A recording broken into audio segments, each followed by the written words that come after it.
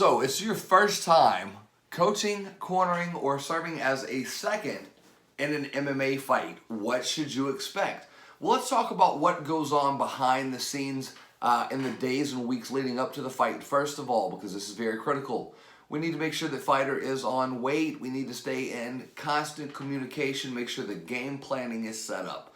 We also need to make sure that we have all the supplies that we need as coaches and cornermen, because a lot of the things that we use are not readily accessible locally. And I'll tell you what I mean by that. So we put together the fighter's bucket. Of course, you can buy a bucket at any Walmart, any Home Depot, so that's not a problem. We are going to need some 1-gallon Ziploc bags for our ice. You can grab those at any grocery store, dollar store, etc. We need a towel. Grab those at the dollar store, because I personally throw them away every time I'm done with them. Single use, you have blood and spit and everything else nasty on them, just toss them out. They're $1. But when you get to gauze, you don't want to run to Rite Aid. You don't want to run to Walmart, because you're going to get this super thin, super short, super expensive gauze. So you jump online, you go to Title, you go to Cage Sport, you go to International Combat, wherever you choose to get your stuff from. You want to make sure that you order that stuff with adequate time for it to ship. Second of all, many states require 1-inch athletic tape as opposed to 2-inch athletic tape as far as for the finalization of the tape job. Guess what you can't find anywhere in our city? I've never seen it. 1-inch tape, right? So we try to order this stuff online. As a coach, I always keep it on hand. Safety shears, aka bandage scissors. If you're going to be cornering and you're going to be coaching, I don't recommend running out to Walmart and grabbing a pair of $3 bandage scissors. I recommend jumping online, spend 10 or 12 bucks, and get you a pair of super shears that paramedics use to cut clothes off of people, and they will actually go through the tape and the gauze, right? So we want to make sure that we have our bucket list completed. We want to make sure that we have all the items that we will need in our bucket list, and we'll go over that in a separate video. We want to make sure that our fighter is on weight and ready, and now it is Friday. It's the day of weigh-ins. So we're going to get to the event preferably 30 minutes ahead of the requested check-in time. You're probably still going to have to sit around and wait. Maybe the commission's not there, or they haven't got the booths and tables set up. But better to leave that on them than on you. It puts a good taste in the promotion's mouth if you are punctual. Be on time. All right, so you're going to weigh in. Fighter's going to get on the scale. They're going to make weight. Good to go. They're probably going to get ushered around from this table to that table to fill out some paperwork with the athletic commission, and then they're going to do, pre-fight, face-off, posters, pictures, whatever they're doing where that's concerned, right? Generally, it's optimal if the fighter and the corners already have their licenses. Athletic commission is on hand for most events. Most licenses in states are calendar year annual, so they are January to December. So if I know we fight in Florida, I know we fight in Alabama, I know we fight in Mississippi, Georgia on the regular, January 1, I just go ahead and get my licenses for those states in most instances, and then I don't have to worry about it again for another year. So my suggestion is try to do that well ahead of time. So you've made weight, you're done for the night. Now you're going to take your fighter out. You're going to start the replenishing process. If they had a hard weight cut, you've got to get them hydrated, got to get the electrolytes right, get them a carb load, things along these lines, right? Get their body recharging for Saturday. So Saturday, again, you're going to arrive at the venue at their designated time, preferably 30 minutes early. It gives a little boo-boo room, okay? So when you get there, there's going to be more standing around. Fighter's going to get ushered to this table, into that table, and you're almost going to look like the same thing you did at weigh-ins in most instances. It's a good case of hurry up and wait. You're going to sit around, you're going to stand around. Try to keep your fighter off his feet, her feet. Keep them off their feet as much as possible. Don't have them standing for 3 or 4 hours straight. They may have friends and family that show up. People are hanging out. Pre-fight, you're able to talk, hang out with friends that you've met at other events and stuff like that. No worries. Enjoy that. But just ensure that the fighter has not been standing from 1 or 2 p.m. all the way up to when you get your locker room calls at 5 or 6 o'clock, right? So you're going to get your locker room call, your locker room assignment. They're going to tell you where the red team goes, where the blue team goes. You're going to go to that designated locker room. There normally will be a fight roster posted. I normally try and grab it as soon as I get to the event for weigh-ins Friday night, screenshot it with my phone, unless they're giving out paper copies, and just make sure that I have that roster so I know where we fall on the card. Okay, so there's going to be a rules meeting, yada, yada, blah, blah, blah. You can't do this, you can't do that. This is where you can kick in the head. This is how a grounded opponent is determined. Everybody good to go, all right, cool. And then everybody will separate and disperse to the red corner's locker room and the blue corner's locker room.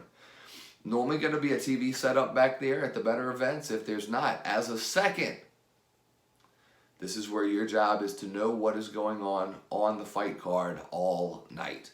You need to know exactly how many fights there are before your fighter goes on, and you need to be paying attention, sticking your head out or checking that television frequently, because you do not want the fights to creep up on your fighter and him not be adequately warmed up.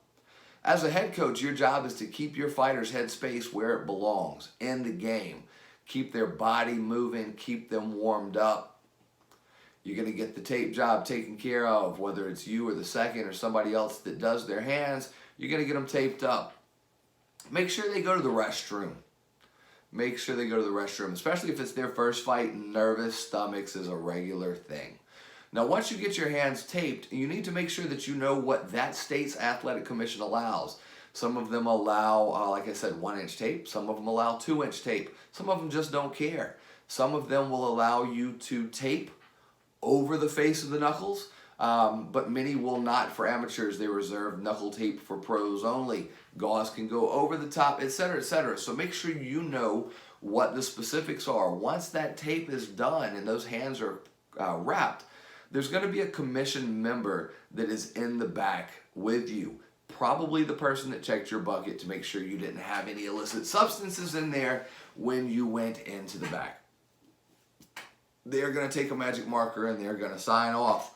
That signature says that the hands are approved and that fighter's ready. Once they're taped, once they're signed off on, you will not be allowed to exit the locker room without the watchful eye of a commissioner. So if you got to pee, you got to take a battle buddy with you. You got to take the commish with you, okay?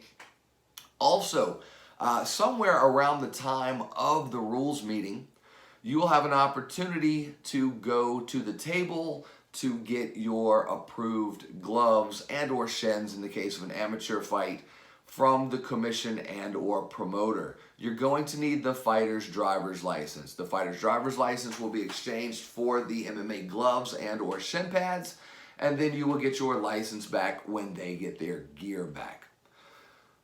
Remember, when you size the gloves, you need to remember to make sure that there is going to be tape inside. So sometimes fighters will opt or prefer to go one size up. If it's a tight fit, which is what you want, but if it's a tight fit on a bare hand, it may be an impossible fit once you have your hands wrapped. So bear in mind, also before you wrap those hands, make sure you warm them to get good circulation, because once they start getting that blood pumping, those hands are going to swell up just a little bit. So make sure the fighter has warmed a bit. You give a good massage to the hands before you get those hands wrapped. So anyhow, we've been keeping up with the fight. We have adequately warmed the fighter. How do you adequately warm a fighter? Well, that's up to you. You should know this by the time you get there. But I prefer to do it in small increments because you don't want to gas the fighter. You don't want to tax the fighter. You are already dealing with the adrenaline and things that they have going on. So I'll do small 30, 45 second mitt rounds, and then I'll take 30, 45 seconds off. But we'll do this a couple of times. We'll do this 3 or 4 fights out. We'll do this 2 or 3 fights out. We'll do this 1 or 2 fights out. And we want to just ensure that we've done some good hand fighting, a little bit of mitt work, and all we're trying to do is get a sweat going on the fighter. You don't want the fighter to go to the cage or ring dry. You don't want the fighter to go to the cage or the ring with static muscles. You want that dynamic twitch fiber to have been warmed up, and you want them to mentally and physically be primed up and ready for the fight. Now you're going to walk down. Don't trip on the stairs. Be polite. It's not your fight. It's the fighter's fight. Let them walk ahead of you. When you get to the ring or cage, they're going to take their shirt off. Be ready to take it from them. All right? You're going to hang on to that. It's probably going to the second. He's going to dap you up. He's going to give hugs and show some love. Whoever the prime cornerman is, he's going to be presented with a jar of Vaseline or petroleum jelly from the referee. You're going to get you a dab that's going to be on the gloves that you already have on your hands, and you are going to make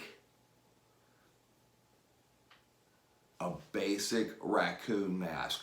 You're going to go around the eyebrows, around the eye socket. You're going to grease the inside of the nose and just down the eyes. You can't glob the whole face up. What's the purpose of the Vaseline, you might ask? Serves two purposes. First of all, it's a sweat barrier to help move the sweat away from the eyes. Second, it just lubricates the skin to try to mitigate friction tears when those gloves glance across the skin. Skin tissue around bony structures is very thin, so it's very prone to tear, thus creating bleeding. Fighters go into the ring, you go to your corner, and you sit down. You don't stand up, you don't curse. You be polite, you be respectful at all times because you represent your fighter and you represent your team. In the event the fight goes longer than round one, you're going to go in the cage. During the first round, during the second round, during the third round, when action is going down, the second's job is to have that timer on his phone. You have a 3-minute or 5-minute round, depending on whether you're amateur or pro. You have that set for a countdown timer. When the bell rings, boom, you start it. Your job is to ensure that that phone stays alive so that the head coach can give instruction and can glance and check that phone at a moment's notice so that he can let the fighter know where we're at in the fight. Hey guys, you're looking good in there, good work. Hey, we've got about a minute and a half left. Let's pick up that volume, right? It gives the ability to time stamp and know what's going down right in the middle of a match. So that round is over, you're heading into the cage because the fight has not yet ended. Second's job, carry the stool, carry the bucket. Don't forget the stool. All right, you're gonna go in. One coach is gonna talk to the fighter. You coach, you've got 1 minute. You're gonna talk to the fighter. His brain is going haywire right now. All right, adrenaline is through the roof. He's pumped. He might have a little fatigue already if he's had an adrenaline dump in that first round. Clear, simple, concise instruction. He drops his jab every time he throws it. I want an overhand right. Keep it simple. Don't go in there and try and have a full-blown jiu-jitsu seminar with your fighter between rounds. Clear and concise. When he grabs you, I want a shove and I want an uppercut with your right hand. Keep it simple. Something he can digest and hold on to. All right? One coach should speak at a time. You don't want to clutter his brain. You've got a crowd cheering. You've got lights on. You've got music going in the background. Keep it super simple. Have any other questions? Drop them in the comments. I'd love to talk to you more about other things pertaining to combat sports, self-defense, combatives. Let me know, guys. But I hope you found this video beneficial. One love from Coach B and XG Combat Sports.